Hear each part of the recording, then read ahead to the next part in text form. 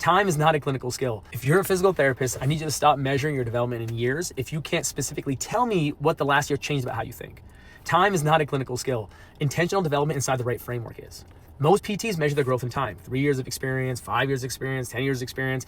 And that time in practice is real. It does build pattern recognition, clinical comfort, patient communication, but there's a category of skill that only builds if you're in an environment that requires it. And if your environment has never required clinical reasoning, complex case management, root cause assessment, those skills, they're not building regardless of how many years are passing.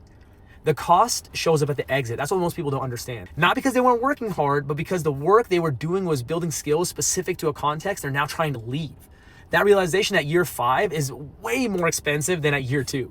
So the PT who spent 5 years in a volume mill decides to move towards cash practice, performance rehab, or any context requiring independent clinical reasoning, they discover that the experience they accumulated doesn't transfer the way they expected. Transferable skills and context-dependent skills feel identical when you're inside the environment that requires or rewards both.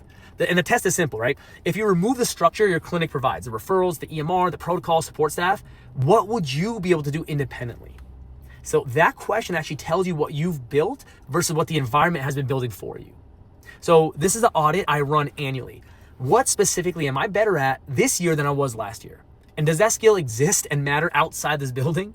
And if the answer is no, that's not a reason to panic, but it's a signal to start intentionally building the thing your environment isn't providing. That can happen while you're still there, but it has to be intentional. So the skills you're building right now are either going to travel with you or they're going to trap you in your environment that you're in. And the time to find out, and do something about it is usually before you need to actually move.